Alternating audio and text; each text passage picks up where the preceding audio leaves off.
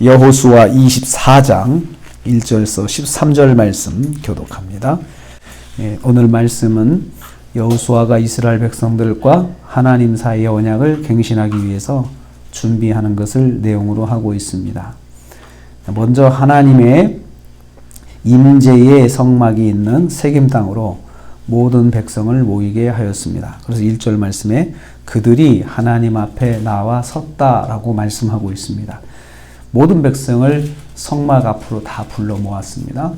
그래서 다 거기에 모여가지고 이제 뭔가 중요한 그런 의식을 치르려고 지금 준비를 하고 있는 것입니다. 그러기 전에 먼저 조상들의 부르심에 대해서 회고했습니다. 하나님께서 우리 조상들을 어떻게 부르셨는지, 그래서 그것들을 다 요약을 하고 있습니다. 불신앙의 가정이었지만 하나님께서 아브라함을 부르셨고 아브라함에게 이삭을 주셨고 2절 말씀이에요. 그리고 가나안 땅에서 번성하게 하려고 그렇게 하신 것이다. 그렇게 하시기 위해서 이삭에게는 야곱과 에서를 주셨고 4절 말씀입니다. 야곱과 그 자손들이 애굽으로 내려갔는데 그 애굽에서 살다가 모세와 아론을 보내셔서 출애굽을 시키게 하셨다. 5절 말씀입니다. 이스라엘의 구원의 역사를 정리하여 주었습니다. 하나님의 은혜로 여기까지 왔음을 상기시켜 주는 것이죠. 우리가 여기까지 온 것은 하나님의 은혜야. 이것을 한마디로 그렇게 말을 하고 있습니다. 성도는 지금까지 지내온 것이 순전히 하나님의 은혜임을 기억해야 합니다. 하나님의 인도하심이 있어서 지금까지 내가 있다라고 꼭 기억을 해야 합니다. 그래서 이 오랜 시간의 역사가 그냥 간략하게 정리가 되잖아요. 수백 년의 시간인데 이렇게 간략하게 정리가 돼요. 사실 그렇지 않습니까? 인생은 짧습니다. 우리가 지나온 것 요약하자면 5분도 안 걸리죠. 어떻게 살았다. 이렇게 이야기할 수 있잖아요. 순간은 인생은 순간처럼 짧지만 지나는 현장에서는 참 길게 느껴지죠. 그런데 우리가 항상 지나온 것에 대해서 하나님의 은혜다라고 하는 것을 꼭 기억해야 한다는 것을 말씀하고 있습니다. 또 광야에서 인도하셨음을 회고하였습니다. 6절에서 10절 말씀이요. 너희를 애굽에서 인도해서 바다에게 이르게 한즉. 처음에 바다까지 이제 홍해까지 오는데 참 어려움이 있었죠. 10가지 재앙을 통해서 겨우 출애굽했는데 홍해바다가 딱 가로막고 있는 것입니다. 근데 더 이상 어떻게 가야 될까 할 때 애굽 사람들이 군대를 거느리고 마음이 변해서 잡으러 왔어요. 그때 하나님께서 흑암을 두셔서 애굽 사람들과 격리시켜서 또 홍해를 가르셔서 홍해를 이제 건너가게 했는데 애굽 사람들이 끝까지 쫓아오니까 홍해로 애굽 사람들이 수장돼서 죽게 되었다라는 것을 또 요약을 합니다. 그들을 수장시키셨다. 7절. 광야의 전쟁 가운데서 승리하게 하셨다. 8절. 그리고 발락의 모략을 막아주셨다. 10절. 그래서 저주가 변해서 축복이 되게 하셨다. 광야 생활 동안에 하나님께서 어떻게 인도하셨는지 그리고 광야 생활도 수많은 전쟁이 있었습니다. 순탄치가 않았습니다.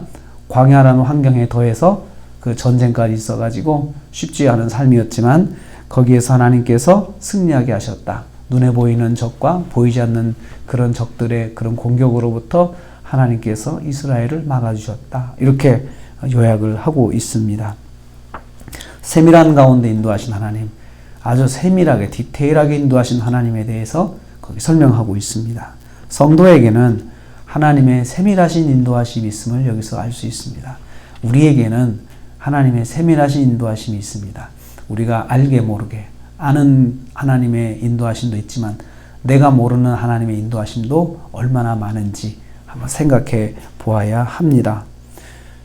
11절부터는요. 거저 주시는 은혜로 이기게 하셨다고 요약을 하고 있습니다.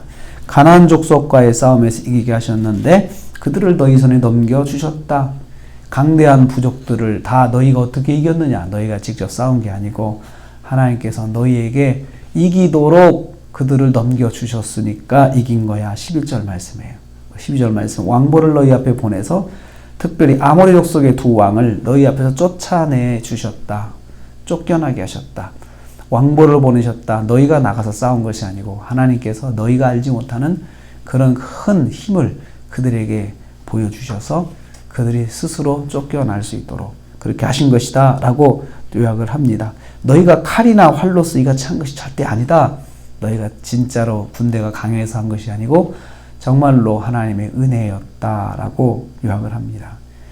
13절 말씀에 너희가 성읍을 건축해서 가나안 땅에 들어가 살게 되었느냐? 너희가 건축하지 아니한 집도 하나님께서 주셨고 거기서 살게 하셨고 너희가 심지 아니한 포도원 그것도 다 주셔서 그 포도 열매 먹게 하셨고 너희가 심지 아니한 감람나무 열매도 다 주셨어. 그래서 너희가 먹게 하셨다라고 말씀하고 있습니다. 거저 주시는 은혜로 살았다. 하나님께서 거저 주셨다. 그래서 하나님께서 하나님 백성에게는 거저 주시는 은혜가 있습니다. 이것을 우리는 한마디로 은혜다라고 하죠. 선물이다라고 이야기를 합니다. 우리가 보면 하나님이 내가 한 만큼 주시는 것도 있지만 내가 한 것 이상으로도 하나님께 부어주시는 은혜가 이스라엘 백성에 있다는 것을 요약하고 있습니다. 세월을 오래 지나고 보니까 그걸 깨달아진 거예요. 하나님께서 그렇게 하셨구나. 하나님께서 그렇게 인도하셨거나 우리가 그때 무슨 힘이 있어서 그것을 다 감당할 수 있었을까? 하나님의 은혜였다라고 말씀하고 있습니다. 하나님의 은혜를 알아야 하나님의 말씀이 귀에 들어옵니다. 하나님의 은혜를 깨달아야 하나님의 말씀이 내 마음에 들어오게 됩니다. 그리고 관심을 가지게 되는 것이죠.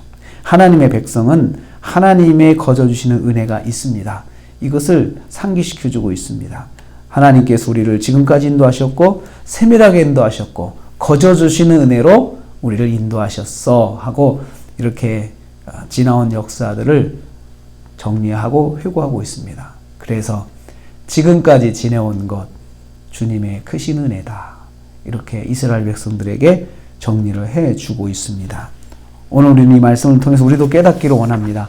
지금까지 지내온 것 하나님의 은혜입니다. 주님의 은혜입니다. 이 고백이 있어야 그 다음에 하나님의 말씀이 눈에 들어옵니다. 그리고 하나님의 말씀에 더 귀를 기울이게 됩니다. 그런데 만약에 하나님의 은혜가 아니다라고 생각하면 그 다음에는 하나님 말씀 잘 안 들어오죠. 뭐야 이게 도대체. 나에게 이게 도대체 무슨 일이야. 왜 이렇게 되는 거야 하고 불평이 오면 하나님의 말씀이 들어오지 않습니다.